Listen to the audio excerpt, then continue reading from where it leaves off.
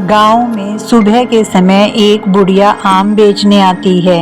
आम ले लो आम, रसीले मीठे आम, ऐसे आम हैं जो एक बार खाओगे जिंदगी भर मुंह से मिठास नहीं जाएगी। आम ले लो आम।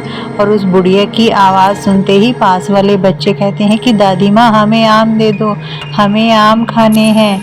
बुढ़िया कहती है कि हाँ हाँ बेटा, आम तो तुम ले लेना, लेकिन इन आम के बदले तुम्हें मोल भाव भी करना होगा। मैं 100 रुपये किलो आम बेच रही हूँ।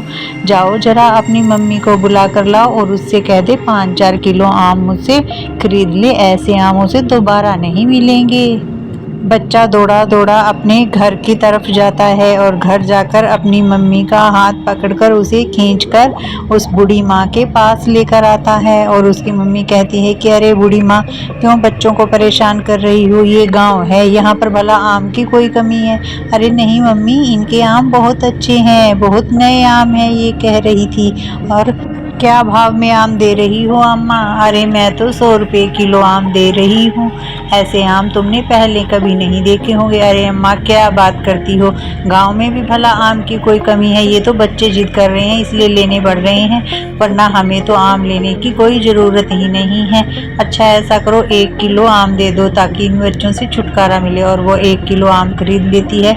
और बुढ़िया को बहुत ज़्यादा गुस्सा आता है। वो गुस्से में उसकी तरफ देखती है, कहती है कि अगर 5-4 किलो खरीद लेती तो मेरा गुजारा हो जाता, और गुस्से में चली जाती है। रात के समय जब रेनू सो रही होती है तभी उसके कानों में एक आवाज़ गूंजती है और उस आवाज़ से वो उठ जाती है। तभी उसे आवाज़ सुनाई देती है कि आम ले लो आम, ताज़े ताज़े रसीले आम। उसे इतना ज़्यादा गुस्सा आता है, कहती है कि ये बुढ़िया अब रात में भी परेशान करने लग गई है। अभी जाकर मैं इसको अकल बता कर आती हूँ। सुबह भी इतना परेशान किया इसने, बच्चों से जिद करवाई, अब फिर आ गई है। अभी जाती हूँ, इसे बताती हूँ। वो अपने घर से बाहर निकलती है और देखती है कि अरे ये तो वही बुढ़िया है जो सुबह आई थी, अब फिर आम लगा रही है। और देखती है उसकी आम की टोकरी में वो आम को अच्छे से सजा रही है। वो उससे कहती है कि बूढ़ी माँ क्यों परेशान कर रही हो? सुबह भी तुमने हमें परेशान किया था, फिर परेशान कर रही हो, चलो दफ़ा हो जाओ यहाँ से। सोने भी नहीं देती। तभी वो बुढ़िया की तरफ देखती है, वो एक चुड़ैल में बदल जाती है और वो उसे देखकर डर जाती है। कहती है कि मुझे माफ़ कर दो, मुझे मत मारना। चुड़ैल बुढ़िया कहती है कि आज तेरी वजह से मेरी कोई आमदन नहीं हुई है। मेरा बेटा एक कार एक्सीडेंट में मारा गया और मेरी बहू अपाहिज है और मेरा एक छोटा पोता है, इसलिए घर का खर्च चलाने के लिए मैं आम बेचती हूँ। ना ही तो तूने खुद आम खरीदे और ना ही दूसरों को खरीदने दिए। जानती है आज मेरे घर पर अच्छे से भोजन भी नहीं बना है और तुम लोग कैसे आराम से सो सकते हो? क्या तुम्हें एक बुढ़िया पर दया नहीं आई? इसका सबक तो तुम्हें सीखना ही होगा। अब तुम्हें मरने से कोई नहीं बचा सकता। और चुड़ैल उस पर अटैक कर देती है और उसे मार डालती है और उसे खींचकर ले जाती है और एक पेड़ पर लटका देती है। सुबह होते ही गांव के लोग देखते हैं कि पेड़ पर रेनू की लाश लटकी हुई है और सभी आपस में बातचीत करते हैं कि लगता है ये एक चुड़ैल का काम है। भला रेनू तो अच्छी भली थी, वो ऐसे कैसे मर सकती है? गांव का बुजुर्ग आदमी कहता है कि ये तो मुझे चुड़ैल का काम लगता है, क्योंकि पहले हमारे बाबा दादा चुड़ैल के बारे में बताते थे और गांव में चुड़ैल का खौफ इतना फैल जाता है कि कोई भी उस बुढ़िया से आम नहीं लेता। और जब उससे कोई आम नहीं लेता वो हर गांव में जाती है, उसे बहुत गुस्सा आता है। रात के समय वो उन सबको मार डालती है जो उससे आम नहीं खरीद रहा। सभी जगह ये बात फैल जाती है और ये बात उस बुढ़िया के घर तक भी पहुंच जाती है। उस बुढ़िया की बहू अपने बेटे से कहती है कि बेटा बिट्टू, तुम कहीं मत जाना, तुम्हें पता है बाहर एक चुड़ैल घूम रही है। अरे माँ, मैं तो सिर्फ खेलने जाता हूँ, आप चिंता न करें, मैं किसी चुड़ैल बुड़ैल से नहीं डरता हूँ। मम्मा, हम अपने घर के दरवाजे बंद कर लेते हैं और हम दोनों घर पर ही रहेंगे। अगर हम अपने घर पर रहेंगे चुड़ैल हमारा कुछ नहीं बिगाड़ेगी। लेकिन उसकी विधवा बहू को बहुत चिंता होती है कि चुड़ैल न जाने कहीं मेरे बच्चे को ही ना नुकसान पहुंचा दे। बेचारी दिन रात अब इसी सोच में रहती है और जैसे ही रात का समय होता है वो चुड़ैल अपना आतंक शुरू कर देती है। हर रोज़ किसी न किसी को मार डालती है। एक रात वो अपने ही गाँव में आ जाती है और आम ले लो आम ले लो आम, मीठे मीठे रसीले आम।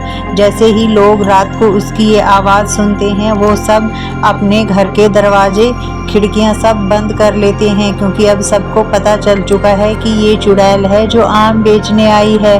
उस गांव में कोई भी नहीं होता है उसके आम खरीदने के लिए। वो एक पेड़ के पास बैठ जाती है और ज़ोर ज़ोर से बोलने लग जाती है, आम ले लो आम, अगर तुम लोग आम नहीं लोगे तो अपनी जान से हाथ धो बैठोगे। अगर जो आम लेगा उसे मैं कुछ नहीं कहूँगी। लेकिन कोई भी उसकी ये आवाज़ सुनकर बाहर नहीं आता। उस चुड़ैल बुढ़िया की आवाज़ सुनकर उसकी बहू अपनी व्हील चेयर पर बाहर आती है और उससे कहती है कि तुम मुझे और मेरे बच्चे को कुछ मत करना, मैं तुमसे आम खरीद लेती हूँ। बताओ तुम किस भाव आम दोगी? मैं और मेरा बेटा अकेले ही हैं घर पर। अगर तुमने मुझे कुछ कर दिया तो मेरा बेटा छोटा है वो मारा जाएगा, हमें माफ़ कर दो। बताओ तुम कितने आम देना चाहती हो, मैं सब आम तुमसे खरीद लूँगी। तभी बुढ़िया चुड़ैल उसकी तरफ मुड़ती है और ये देखकर वो बहुत ज़्यादा डर जाती है और वो चुड़ैल बुढ़िया उसकी सास में बदल जाती है और कहती है कि माँ जी, आप क्या ये चुड़ैल बनकर आप ही लोगों को मार रही थी? आप ऐसा क्यों कर रही थी? भला आपको ऐसा करने से क्या मिल रहा था? मेरे घर पर इतने पैसे हैं कि मेरा और बिट्टू का गुजारा अच्छे से हो जाता है। आप ऐसा न करें, न ही लोगों को मारें, क्योंकि आपके बेटे ने जो जमा पूंजी थी वो भी है। क्या बेटी, मैं ही हर रोज़ तुम्हारे घर पर पैसे रख कर जाती हूँ ताकि तुम लोग भूखे न मरो। मैं अपने बहू और पोते को ऐसे भूख से मरते हुए नहीं देख सकती। मरने के बाद भी मेरी आत्मा तुम लोगों में अभी तक बसी हुई है। अरे माँ जी, आप चिंता न करें, हमारा गुजारा अच्छे से हो रहा है। दोनों को बात करते हुए देखकर गांव के लोग भी धीरे धीरे उस बुढ़िया के पास आना शुरू कर देते हैं और गांव के बहुत सारे लोग वहां पर आ जाते हैं और वो उससे कहते हैं कि बहन तुम चिंता न करो, ये हमारी गलती है, हमने ध्यान ही नहीं दिया कि तुम्हारे घर में कोई कमाने वाला नहीं है, सिर्फ ये एक बहू है जो व्हील चेयर पर बैठी है और तुम्हारा पोता भी इतना छोटा है। अब से जितनी भी हमसे मदद हो सकेगी हम इनकी मदद जरूर किया करेंगे और तुम भी ये चुड़ैल बनकर लोगों को मारना बंद कर दो। इस तरह वो चुड़ैल अब नहीं रही, उसने लोगों को मारना बंद कर दिया है। गाँव में खुशहाली